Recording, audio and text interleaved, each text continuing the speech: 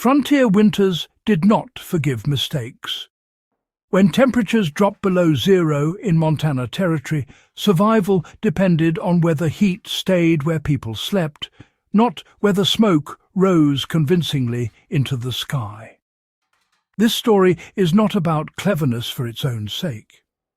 It's about a woman who applied old-world engineering when new-world assumptions were failing, and how that decision kept people alive when conventional wisdom burned wood and lost heat faster than it could be replaced.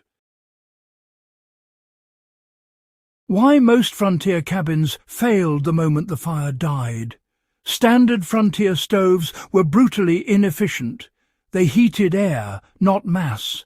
The moment the fire dropped, warmth escaped upward, out the chimney and into the night. Floors stayed frozen, walls radiated cold, inward, and bodies spent the night fighting conduction loss. Settlers assumed this was unavoidable. They were wrong. The underground chimney wasn't madness, it was thermal storage. Ingrid Halvorsen did not invent something new. She rebuilt something old. By routing hot exhaust gases through stone beneath the cabin floor before venting them outside, she transformed wasted heat into stored energy. Stone absorbed the heat, earth insulated it, and the cabin became a slow-release heater rather than a fire-dependent one. This is the same principle used in Roman hippocausts, Korean ondal systems, and Scandinavian masonry stoves. How redirecting heat defeated the ground, not the air. Cold air is survivable. Cold ground kills. By warming the earth beneath the cabin, Ingrid eliminated the largest source of heat loss. Floors became radiators, beds stopped leaching body heat. The cabin maintained temperature even when fires burned low. This was not comfort. It was physiological survival. You know, skeptics really misunderstood the physics of warmth. Her neighbours were convinced that heat only rises, and, well, that belief actually killed people. The truth is, heat radiates in all directions, and it's the mass that determines how long it sticks around. Air, for example, loses heat quickly. Stone doesn't. By charging the thermal mass with short hot burns instead of those constant low fires, Ingrid was able to cut wood consumption dramatically and at the same time increase the interior temperatures. When theory finally met the winter that killed settlers, everything changed.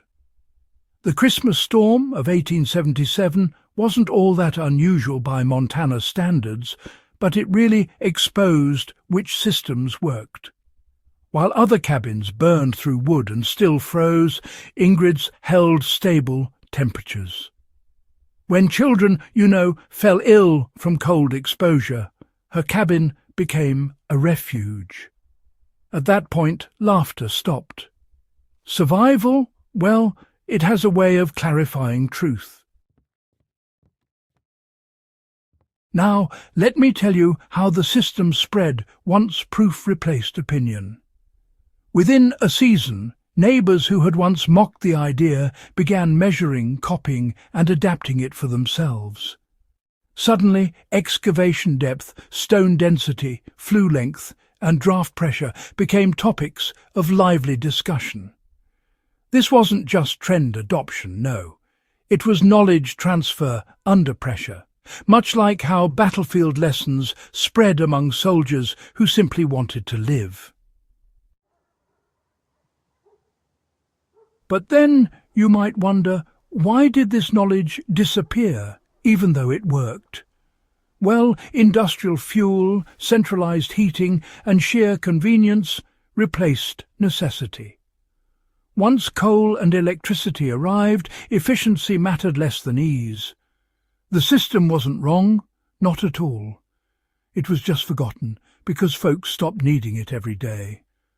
That doesn't make it obsolete, though. It makes it, well, dormant. So, why does this matter now? This story isn't about nostalgia. It's about engineering under constraint. When fuel is scarce, power unreliable, or winter downright unforgiving, thermal mass still works. The laws of physics haven't changed one bit. Stone still holds heat. Earth still insulates. And, systems that keep warmth where bodies sleep still save lives. If preserving the kind of knowledge that kept people alive when failure meant death matters to you, then do subscribe to the Wartime Frontlines, share this story, and help ensure these lessons don't vanish again.